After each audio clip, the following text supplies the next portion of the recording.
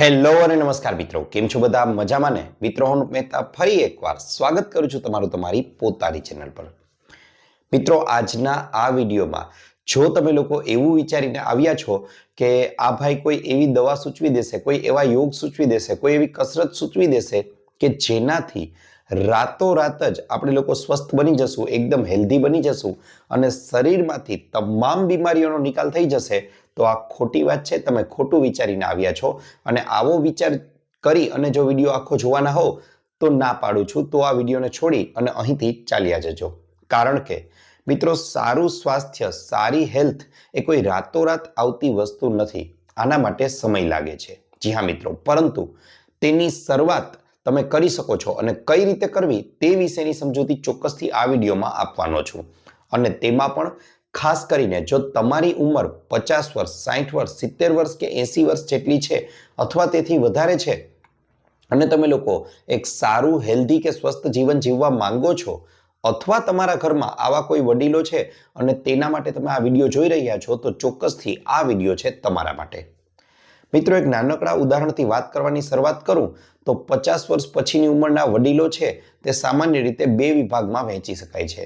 એક તરફ એવા વડીલો કે જે પોતાના પરિવાર સાથે રાજી ખુશીથી રહે છે, પોતાના પૌત્રને અથવા પૌત્રીઓને સારી રીતે રમાડે છે, તેમની સાથે હસે રમે છે અને તેમની સાથે દોડી શકે છે, તેમની સાથે રમતો રમી શકે છે. અને બીજી તરફ એવા વડીલો છે કે જેઓનું શરીર છે તે બીમારીઓથી ભરેલું છે. તેની સાથે સાથે આ વડીલો એવા છે કે જેમને વારંવાર ડોક્ટરો પાસે જવું પડે છે. વધે છે તે માત્ર બે જ વસ્તુઓ છે, એ છે એક તો પોતાની ઉંમર અને બીજું છે દવાઓનું લિસ્ટ. અને સાથે સાથે ઢળતી સાંજે કે વહેલી સવારે ઉઠી અને મનમાં બસ એક જ વિચાર આવ્યા કરે છે કે યુવાનીમાં જે કાર્ય કરી શકતા હતા એ કાર્ય હવે નથી થઈ શકતું. બસ એક જ કારણ છે, ઢળતી ઉંમર. તો મિત્રો, જણાવી દઉં, એવું નથી. કારણ કે ઉંમર વધવાની સાથે તમારી જે શરીરની એક્ટિવિટી છે તે ઘટી ગઈ છે એવું નથી, પરંતુ અમુક ખોટી ટેવો, અમુક ખોટી આદતો જે છે જેને તમે પાડી રાખી છે અને તેના કારણે આજે તમારા શરીરની આ પરિસ્થિતિ થઈ છે. અને મિત્રો, ચોક્કસથી કહી શકું કે એ ટેવોને જો સુધારી લેવામાં આવે તો ચોક્કસથી ફરીથી તમે લોકો પણ હેલ્ધી અને સ્વસ્થ બની શકો છો. સૌથી પહેલી અને મહત્વની ટેવ જો કોઈ હોય અને જે તમારે સુધારવાની જરૂર હોય તો એ છે તમારી થાળી. જી હા મિત્રો, તમારે તમારી ખોરાકની, ખાવાની જે સ્ટાઇલ છે, ખાવાની વસ્તુઓ છે, તેમાં સૌથી પહેલા ભાર દેવાનો છે, તેમાં સુધારો લાવવાનો છે. આજના આ વિડીયોમાં હું તમારી સાથે શેર કરવાનો છું અમુક એવી બાબતો, અમુક એવી ટેવો કે જેને સુધારી લેવામાં આવે તો ચોક્કસથી થોડો સમય લાગશે, પરંતુ ગેરંટી સાથે કહું છું મિત્રો, તમારું શરીર પણ ફરીથી સ્વસ્થ બની જશે. કઈ કઈ ટેવો છે ચાલો જણાવી દઉં. મિત્રો, હંમેશા સૌથી પહેલી એક વસ્તુ યાદ રાખજો કે ઘરનો બનેલો અને તાજો ખોરાક છે તે જ ખાવાનો આગ્રહ રાખવો જોઈએ. આનો સ્પષ્ટ મતલબ એવો થાય છે કે બહારથી મળતો ખોરાક, હોટલોમાં મળતો ખોરાક, તેની સાથે સાથે પડીકાબંધ જે ખોરાક છે તેને ખાવાનું હંમેશા અવોઇડ કરવું જોઈએ. ઘરમાં બનેલો તાજો અને ગરમ ખોરાક છે તે જ ખાવાનો આગ્રહ હંમેશા રાખવો જોઈએ. તેની સાથે સાથે જો ઠંડી ઋતુઓ છે, એનો મતલબ શિયાળો કે પછી ચોમાસું, ખાસ કરીને શિયાળો, તો તેમાં થોડી ગરમ વસ્તુઓ અને પોષક તત્વોથી ભરપૂર વસ્તુઓ ખાવા ચોક્કસથી આગ્રહ રાખવો જોઈએ. જેમ કે વહેલી સવારે ઉઠી અને તમે લોકો પાઉં છે, બ્રેડ છે, બટર છે, બિસ્કિટ છે, આવી વસ્તુઓ ખાઓ છો તો તેને આજથી છોડી દો. તેના બદલામાં તલની લાડુળી છે, જી હા મિત્રો, તલની ગોળમાં બનાવેલી લાડુળી છે, મગફળી છે, આવી વસ્તુઓ ખાવાનો આગ્રહ રાખો. હા, તમને ડાયાબિટીસ છે તો તેમાં થોડા ચેન્જીસ કરી શકો છો, પરંતુ આવી વસ્તુઓ ખાવાનો આગ્રહ રાખશો તો તમારી આ ઉંમરમાં સૌથી વધુ કોઈ તત્વની જરૂરિયાત હોય તમારા શરીરમાં તો એ છે કેલ્શિયમ. કારણ કે કેલ્શિયમથી જ તમારા હાડકાઓ મજબૂત બને છે અને સામાન્ય રીતે 40 વર્ષ પછીની ઉંમર એવી હોય છે કે જ્યારે આપણા હાડકાઓ છે તે ધીમે ધીમે ક્ષીણ થતા જાય છે, નબળા પડતા જાય છે. તેને નબળા ન પડવા દેતા ફરીથી મજબૂતી ટકાવી રાખવા માટે શરીરમાં કેલ્શિયમની જરૂર હોય છે અને એટલા માટે સવારે દિવસની શરૂઆત તલની લાડુળી અથવા માંડવી અથવા મગફળીમાંથી બનેલી વસ્તુઓથી કરશો તો તે તમારા શરીર માટે ખૂબ જ વધારે ઉપયોગી અને ફાયદાકારક રહેશે. સાથે સાથે મિત્રો જણાવી દઉં કે મગફળી અથવા તલનું સેવન કરો છો તો તેને એકદમ ચાવી તેનો ભૂક્કો થઈ જાય ત્યાં સુધી ચાવી અને પછી જ તેનું સેવન કરવું જોઈએ. તો જ તેના સંપૂર્ણ બધા જ લાભો તમે મેળવી શકશો. ત્યારબાદ મિત્રો વાત કરવા જાવ તો તમારી જે થાળી છે તે થાળીને બને તેટલી રંગબેરંગી બનાવો. રંગબેરંગીનો મતલબ એવો જરાય નથી કહેતો કે જુદી જુદી મીઠાઈઓ એડ કરો, જુદા જુદા ફરસાણ એડ કરો. ના મિત્રો, રંગબેરંગીનો મતલબ એવો થાય છે કે તેમાં જુદા જુદા રંગના શાકભાજી, જુદા જુદા રંગના ફળો છે તેને ઉમેરો. આ બાબતનું ધ્યાન તમે લોકો જ્યારે શાકભાજીના માર્કેટમાં જાઓ છો ત્યારે પણ ખાસ યાદ રાખજો. લાલ રંગની, પીળા રંગની, લીલા રંગની, કેસરી રંગની તમામ રંગની વસ્તુઓ છે, તમામ રંગના શાકભાજી છે, તમામ રંગના ફળો છે તેને લેવાનો આગ્રહ રાખશો. જેમ તેમાં તમારી થાળીમાં રંગોની સંખ્યા વધશે તેમ તમારું સ્વાસ્થ્ય પણ એટલું જ હેલ્ધી અને તંદુરસ્ત બની જશે.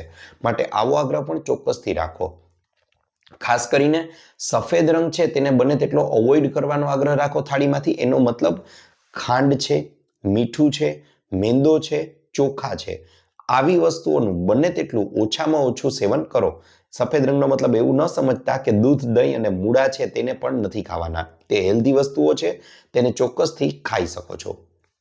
ત્યારબાદ મિત્રો આગળ વાત કરવા જાઉં તો હંમેશા એક ટેવ સુધારી લેશો ને તો પણ તેનાથી તમારા શરીરમાં 90% ફેરફાર થઈ જશે. જી હા મિત્રો, કઈ છે તે એ જણાવી દઉં. હંમેશા ખોરાક ખાવાનો આગ્રહ સૂર્ય ઉગે પછી જ રાખો. જી હા મિત્રો, સૂર્ય ઉગે એટલે કે સૂર્યોદય થાય ત્યારબાદ જ કોઈ પણ ખોરાક છે તેને ખાવાનો આગ્રહ રાખવો જોઈએ. અને તમારું રાત્રિનું, સાંજનું છેલ્લું ભોજન છે તે હંમેશા સૂર્યાસ્ત થાય તે પહેલાનું હોવું જોઈએ. એટલે કે સાંજનો સમયનું ભોજન છે તે 6 થી 7 કે મોડામાં મોડું 7:30 વાગ્યા પહેલા પૂરું થઈ જ જવું જોઈએ. તો તમે લોકો ચોક્કસથી ગેરંટી સાથે કહું છું મિત્રો, ખૂબ જ વધારે લાંબુ અને તંદુરસ્ત આયુષ્ય છે તે ભોગવી શકશો. સામાન્ય રીતે ગામડાઓમાં રહેતા લોકો છે તેને તમે જોયા હશે કે તેમનું આયુષ્ય લાંબુ છે અને સ્વસ્થ જીવન જીવે છે. તો તેનું એક મુખ્ય અને મૂળ કારણ આ પણ છે કે તે લોકો લગભગ 7 વાગ્યા પછી આહાર લેવાનું ટાળે છે અથવા તો ભોજન લેવાનું અવોઇડ કરે છે. તેનાથી એક શરીરને લાંબો ગાળો મળી રહે છે, પોતાની જાતે પોતાને રિપેર કરવાનો એક ઉપવાસનો સમય મળી રહે છે કે જેથી કરીને શરીર જાતે જ પોતે રિપેર થઈ શકે છે અને ફરીથી પોતાની તંદુરસ્તી છે તેને લાવી શકે છે. માટે હંમેશા આ બાબતને પણ ધ્યાનમાં રાખો. ત્યારબાદ મિત્રો, હંમેશા જ્યારે પણ તમે લોકો જમવા બેસો છો ત્યારે તમારા ખોરાકને પ્રેમથી જુઓ, તમારા ખોરાકને ચાવીને ખાઓ. કોઈ પણ ખોરાક થાળીમાં આવ્યો છે તેને હંમેશા પ્રેમ કરતા શીખો. તેના પ્રત્યે ધૃણાટથી ન જુઓ, કારણ કે તમે તેને પ્રેમ કરશો તો તેનાથી પણ તમારી આંતરિક પોઝિટિવ એનર્જી છે એ ડેવલપ થશે અને તેના પરિણામ સ્વરૂપે પણ તમારા લોકોની અંદર એક હકારાત્મકતા ઉત્પન્ન થશે અને તે પણ તમારા સારા સ્વાસ્થ્ય માટે ખૂબ જ વધારે જરૂરી છે.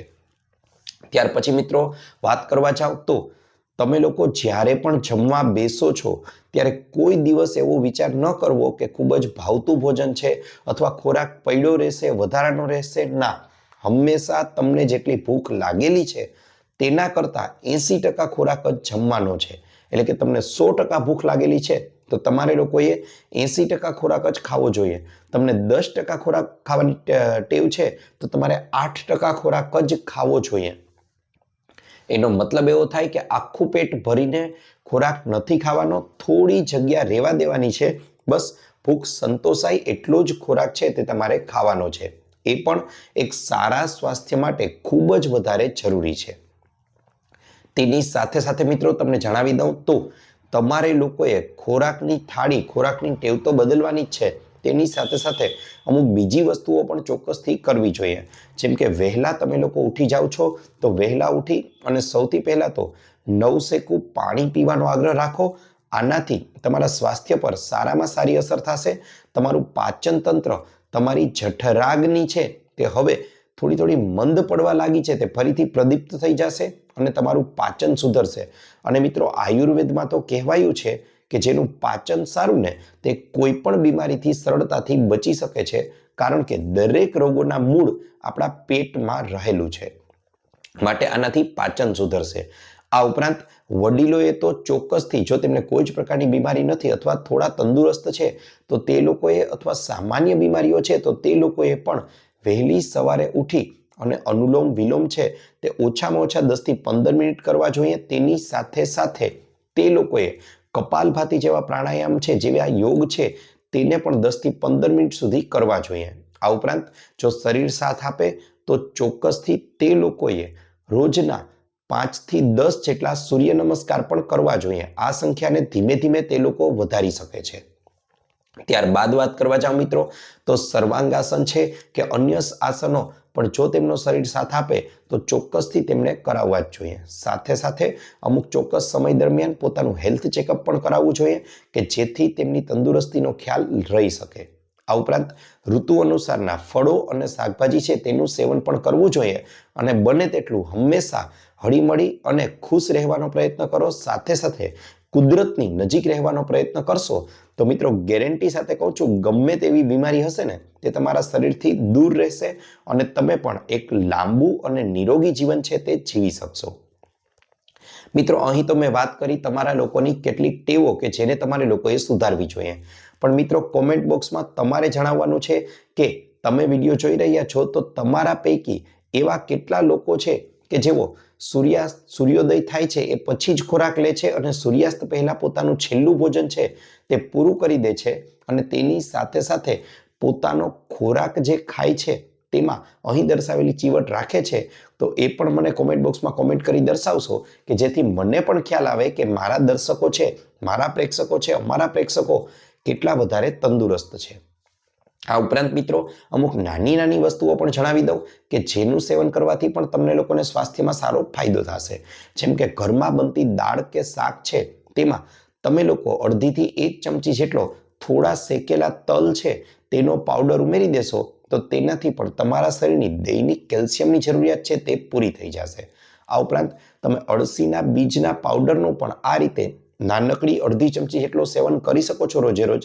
તેનાથી પણ તમારા શરીરમાં પોષક તત્વોની જે ઉણપ સર્જાય છે ને તેને દૂર કરી શકાય છે.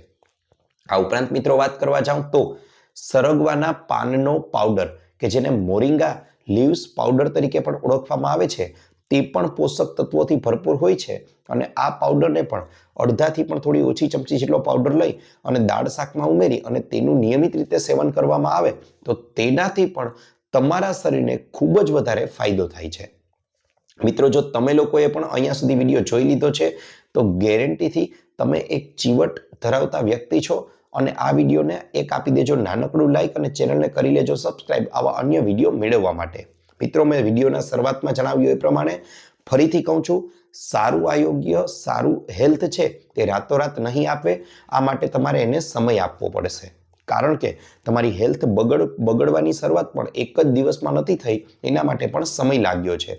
માટે સુધરતા પણ સમય લાગશે પણ ગેરંટીથી તમે લોકો તમારા હેલ્થને ફરીથી સુધારી શકો છો જો અહીં દર્શાવેલી ટેવો છે તેને